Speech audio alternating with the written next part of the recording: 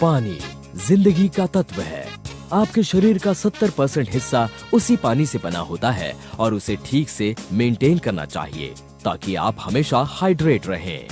काफी पानी पीना अच्छी सेहत के लिए जरूरी है, सिर्फ हाइड्रेट रहने के लिए नहीं बल्कि टॉक्सिन्स और दूसरे वेस्ट को अपने शरीर से बाहर निकालने के लिए भी। लेकिन हर पानी एक समान नहीं बना होता। हम एक ऐसी दुनिया में रहते हैं जहां पर पानी chemicals, pesticides, bacteria, pharmaceuticals, residues और हमारी इंडस्ट्रियलाइज जिंदगी के दूसरे बाय प्रोडक्ट से भरा होता है। जो पानी हम पीते हैं पाइप्स में से ट्रैवल करता है, फिर फिल्ट्रेशन डिवाइस से गुजरता है और दूसरे कई अलग अलग सिस्टम से भी गुजरता है जो उसकी इलेक्ट्रिकल प्रॉपर्टीज को मैनिपुलेट करता है। हमारे टैप के पानी में क्लोरीन मिलाया जाता है। क्लोरीन से हमारे पानी में सिर्फ कुछ ही नुकसान देने वाले इफेक्ट्स होते हैं, लेकिन उस पानी को काफी समय तक पीना हमारे लिए उतना ही बुरा है जितना कि वो गंदगी खुद है। तो असलियत ये है कि जिस पानी पर हम हाइड्रेट होने के लिए और अपने शरीर से टॉक्सिन्स निकालने के लिए डिपेंड करते हैं, शायद वही पानी टॉक्सिन्स बढ़ा रहा है। और बॉटल में मिलने वाला पानी भी उससे बेहतर नहीं है। इनफैक्ट कई स्टडीज के मुताबिक इस पानी में टैप के पानी से ज्यादा गंदगी होती है। उनके प्लास्टिक कंटेनर्स में डाइऑक्सिन्स होते हैं जो कि कार्सिनोजेनिक होते हैं।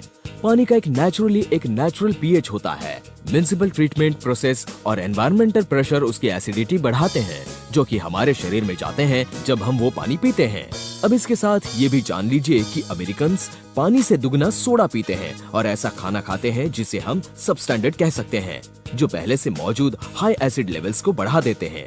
इसकी वजह से एक कंडीशन पैदा होती है जिसे एसिडोसिस कहते हैं, जिसकी वजह से बहुत ज्यादा डिहाइड्रेशन हो सकता है।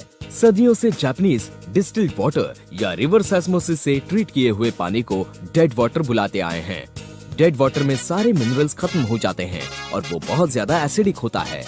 जब पानी एसिडिक होता है उसमें शरीर में होने वाले ऑक्सीडेशन को कम करने का बहुत कम पोटेंशियल होता है, जिसकी वजह से फ्री रेडिकल्स बढ़ते हैं जिनसे सेल्स, ऑर्गन्स और डीएनए डैमेज होते हैं।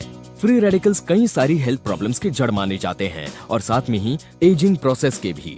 80% से भी ज्यादा बीमारियां सिर्फ एसिडिक एनवायरनमेंट में ही पनपती हैं। इसलिए ये जाहिर बात है कि शरीर को उसके अल्कलाइन स्टेट में लौटा देने से हम अपने आप को फिर से तंदुरुस्त बना सकते हैं। और ऐसा करने का सबसे इफेक्टिव तरीका है ऐसा पानी पीना जो कि रिस्ट्रक्चर्ड हो और जो डेड वाटर को अल्कलाइन लिविंग वाटर में बदल देता हो। साफ साफ कहे तो एसिडिक पानी में इलेक्ट्रॉन से ज्यादा प्रोटॉन्स होते हैं, जिसका नतीजा है एक पॉजिटिव चार्ज।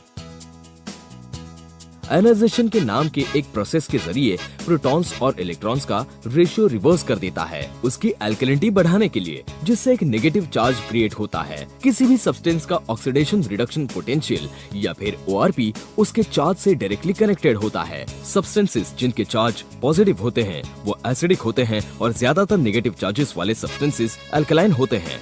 और चार्ज जितना जीरो के नीचे जाएगा एंटीऑक्सीडेंट प्रॉपर्टीज उतनी ही ज्यादा होंगी, जिसकी वजह से सेल्यूलर लेवल पर फ्री रेडिकल से लड़ने की ताकत मिलती है। चलिए कुछ आम सब्सटेंसेस की ORP वैल्यूज पर एक नजर डालते हैं। कुछ पानी और सोडा एसिडिक पॉइंट के या ORP स्केल के हाई एंड पर होते हैं। जैसे आप इस स्केल के नीचे उतरेंगे आप देखेंगे कि ORP वैल्यू बढ़ जाती है, जिसमें लिविंग वाटर सबसे लो होता है। पैटेंटेड टेक्नोलॉजी से डेवलप किया गया ये हाइड्रोजन रिच अल्कलाइन वाटर बनाने के लिए डिजाइन किया गया है, जिसकी प्रॉपर्टीज हिमालय के हैंजा पानी की जैसी होती है। एक रीजन जिसके बारे में कहते हैं कि वहाँ का पानी लाइफ स्पैन को बढ़ाता है। तो जाहिर बात है कि वो ग्लेशियल स्ट्रीम्स जो हैंजा के लोगों को पानी सप्लाई करती हैं, उनमें हाई अल्कलाइन पीएच लेवल होता है और नेगेटिव ORP। लिविंग वाटर के हर पानी की बूंद जो आप पीते हैं उसे फाउंटेन ऑफ यूथ में बदल देता है।